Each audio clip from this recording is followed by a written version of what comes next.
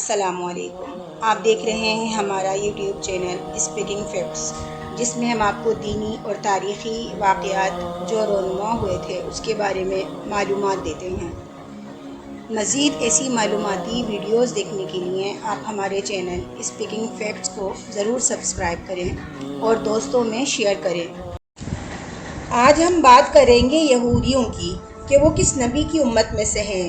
یہودی کی جمع یہود ہے۔ یہودیت کے پیروکار کو یہودی کہتے ہیں، جو کہ قدیم بنی اسرائیل کی اولاد ہیں۔ دنیا بھر میں یہودیوں کی موجودہ تعداد کا مکمل اندازہ تو نہیں لگایا جا سکتا، تاہم ان کی تعداد 12 سے 14 ملین کے قریب ہے، جن کی اکثریت امریکہ اسرائیل میں رہائش پذیر ہے۔ یہودی روایت کے مطابق یعقوب علیہ السلام بنی اسرائیل کے قبائل کے باپ تھے۔ حالیہ اعداد کے مطابق دنیا میں 1,44,35,900 یہودی ہیں۔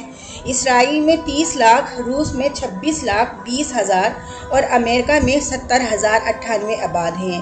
دنیا میں سب سے زیادہ یہودی نیو یارک شہر میں ہیں، جہاں ان کی تعداد 30,18,000 ہے۔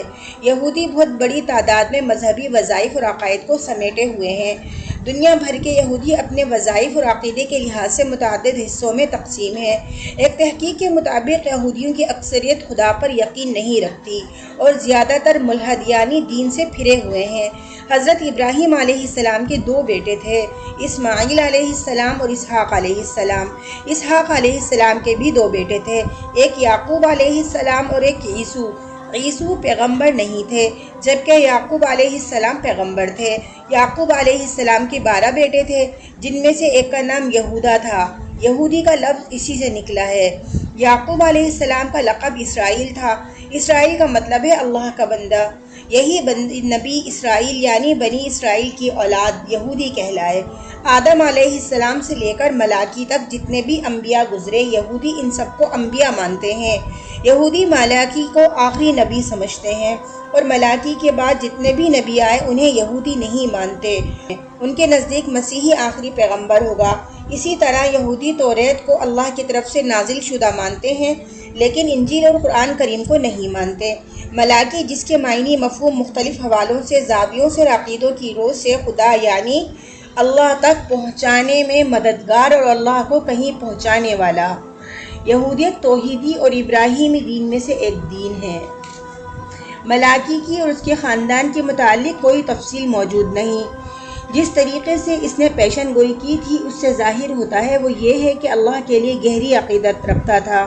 وہ اللہ کے نام اور سچائی کو بلند کرنا چاہتا تھا۔ اسے ان لوگوں پر بہت غصہ آتا تھا جو اللہ سے محبت کا دعویٰ تو کرتے تھے مگر اللہ کا حکم نہیں مانتے تھے۔ یہودیت توحیدی اور ابراہیمی دین میں سے ایک دین ہے، جس کے ماننے والے اسلام میں موسیٰ یا بنی اسرائیل کہلاتے ہیں۔ یہودیت توحیدی اور ابراہیمی دین میں سے ایک دین ہے جس کی تابعین اسلام میں موسیٰ علیہ السلام یا بنی اسرائیل کہلاتے ہیں۔